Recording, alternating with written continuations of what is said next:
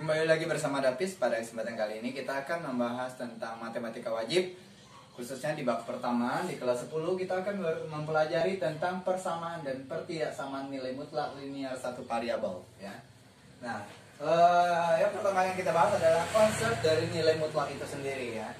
Jadi nilai mutlak itu bisa kita definisikan. Nilai mutlak suatu bilangan adalah jarak antar bilangan itu dengan 0 pada garis bilangan ya. Nanti saya akan contohkan. Jadi nilai mutlak itu tidak memperdulikan arah saat perpindahan posisi ketika kita menggunakan garis bilangan ya. Misalnya gini. Contoh itu mutlak 3 ya. Itu berapa nilainya gitu. Mutlak 3 itu sama dengan berapa gitu ya. Mutlak 3 itu sama dengan 3. Nah, saya bisa menggambarkan menjadi ilustrasi menjadi garis bilangan. Garis bilangan berarti anggap aja ini 0, berarti di sini ada negatif 1 ya, negatif 2, negatif 3, 1, 2, 3 ya.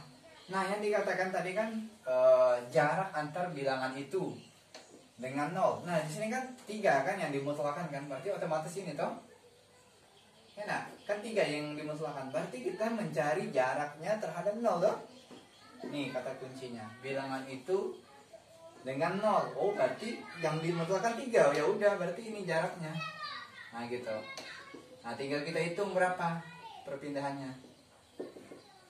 Berarti 1, 2, 3. Ya berarti kalau mutlak 3 ya 3 gitu jawabannya. Paham ya?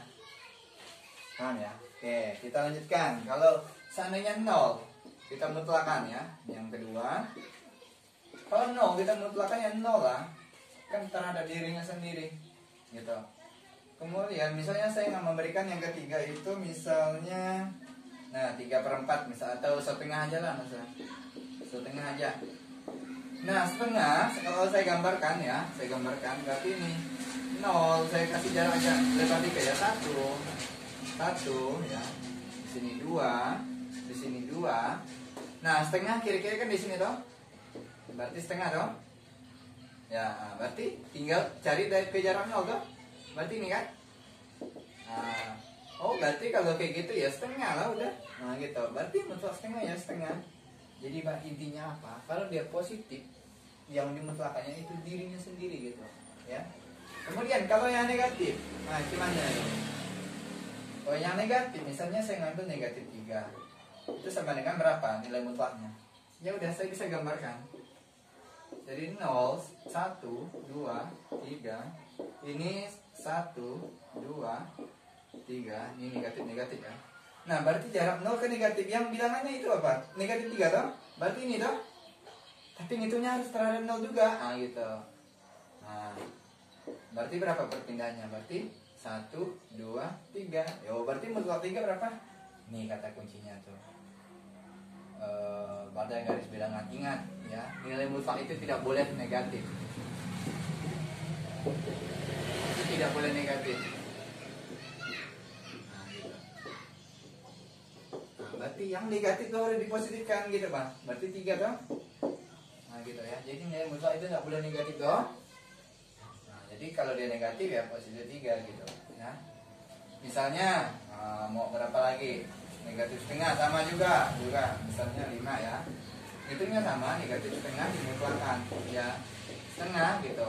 Jadi kalau dia negatif dimutlakan jadi positif dong ya, bisa dipahami ya. Nah, ini konsepnya. Jadi bilangan itu dengan 0, berapapun yang angka yang kita mutlakan, kita hitungnya kalau menggunakan garis bilangan harus dihitung terhadap 0 gitu ya. Jadi pahami ya. Ada cara yang lain ya untuk menentukan suatu bilangan mutlak itu, misalnya ada kejadian kayak gini ya. Bisa kita buat kayak gini juga. Jadi 5 mutlak itu sama dengan 5. Dimana karena 5 itu lebih besar daripada 0 ya. 5 adalah bilangan positif.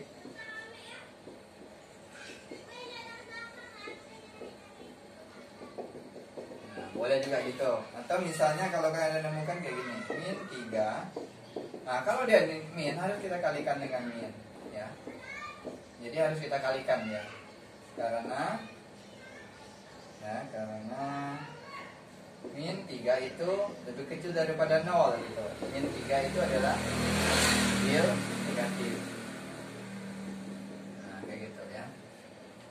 juga ada buat kayak gini, nggak masalah. Nah, berikutnya kita akan lanjutkan dengan definisi konsep nilai mutlak itu sendiri. Misalkan X itu bilangan real ya, kemudian mutlak X itu dibaca ini ya, simbol ini dibaca itu di mutlak X ya. Ilustrasikan menjadi dua kejadian ya. Dia akan bernilai positif, X akan bernilai positif jika X itu lebih besar atau sama dengan 0. Paling kecilnya 0 gitu. Kemudian X ini bisa nilainya negatif jika X itu lebih kecil daripada 0. Nah, di sini ada beberapa contoh ya, contoh soal untuk menentukan nilai mutlak ya, agar kita lebih paham gitu ya. Penyelesaiannya itu X plus 2 mutlak ya. Nah, cara menyelesaikannya seperti ini ya. Kita ngikut arahan ini. Ingat, satunya di positif, berarti ini tetap gitu. X plus 2 itu jika X plus 2, saya buat kayak gini pun sama nanti ya. Kemudian dikalikan negatif ya. Jika X plus 2 ini negatif ya, negatif X plus 2 itu lebih kecil daripada 0 ya. Maka kita bisa menyelesaikan satu-satu. Jadi X plus 2 lebih kecil, lebih besar atau sama dengan 0, maka X 2 nya pindah ruas jadi negatif 2 ya. Itu kemungkinan yang pertama. Kemungkinan yang kedua, X ya, yang ambil ini min X plus 2 itu lebih kecil daripada 0. Nah, maka ini saya kalikan berarti min X min 2 toh ya. Kemudian ini saya bisa ubah menjadi X yang saya pindahkan jadi min 2X ya. Jadi X nya itu lebih besar daripada negatif 2 ya. Bisa dipahami ya. Jadi ada dua kemungkinan, bisa ini gitu ya. Kemudian kita lanjut ini yang nomor pertama, nomor 2 ya. Di situ ada X min 3 ya. Kita buat pecahan seperti ini. Berarti X min 3 ya, jika X min 3 ya, X min 3 ini lebih besar daripada 0, atau X ini saya buat kurung min 3 jika min X min 3 itu lebih kecil daripada 0. Nah, maka kita bisa menyelesaikan satu persatu untuk masalah ini ya. Saya buat di bawah aja lah ya. Ini otomatis saya menyelesaikan ini dulu ya. Jadi X min 3 itu lebih besar atau sama dengan 0, maka X itu berarti 3. Nah, bisa ya.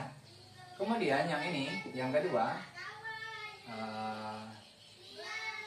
berarti ini min X atau saya buat pelan-pelan dulu. X min 3, berarti ini saya kalikan aja ya, min X positif 3 0 ya. Saya pindahkan X ke sana, jadi 3X ya. Jadi X nya itu lebih besar daripada 3 ya. Jadi seperti itu ya. Selanjutnya ini saya hapus ya nomor 1 ya, paham ya.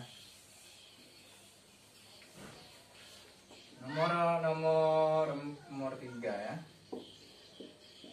2X plus 3 ya, mutlakan. Berarti ada dua kemungkinan, di mana 2X plus 3 atau ini 2X plus 3. Ini jika 2X plus 3 itu lebih besar atau sama dengan 0 ya. Kalau yang ini berarti jika min 2X plus 3 itu lebih kecil daripada 0 ya. Maka kita bisa menyelesaikan satu-satu. 2X plus 3 0, maka 2X min 3, maka X sama dengan min 3 per 2 ya. Berarti selanjutnya min 2X plus 3 itu lebih kecil daripada 0. Ini saya kalikan, plus 3 0, Ini negatif ya, negatif berarti saya pindahkan negatifnya yang X ini, berarti min 3 min 2X yang saya pindahkan 2X, berarti saya pindahkan 2 nya per 3 min 3 per 2 X ya. Jadi X nya itu paling kecil itu X nya lebih besar pada min 3 per 2 ya, seperti itu ya. Lanjut, ini saya hapus ya.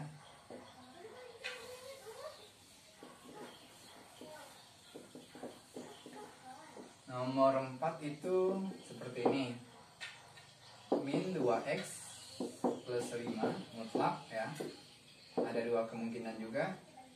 Min 2X plus 5 itu lebih besar jika 2X plus 5 itu lebih besar pada 0 ya. Kemudian min 2X plus 5 jika ini min 2X plus 5 lebih daripada 0 ya. Ini saya kalikan negatif, kalau ini kan tetap nilainya gitu ya. Jadi ini min ya, berarti min 2X plus 5 itu lebih besar pada 0. Maka min 2X 5 positif pindah 2 jadi negatif ya. Kalau negatif itu dikalikan negatif ya, dikali negatif, maka ini jadi positif 2X. Saat kita kalikan negatif maka ini berubah tanda. Nah itu jangan lupa, saat kita kalikan negatif ini berubah tanda jadi 5. Jadi X sama dengan 5 per 2 nong ya. Lanjut,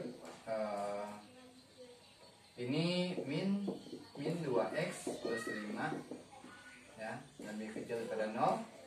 Maka saya kalikan 2X min 5, ini saya dikalikan jadi minus 0. Maka 2X positif 5, jadi X sama dengan 5 per 2. Nah jadi seperti itu ya.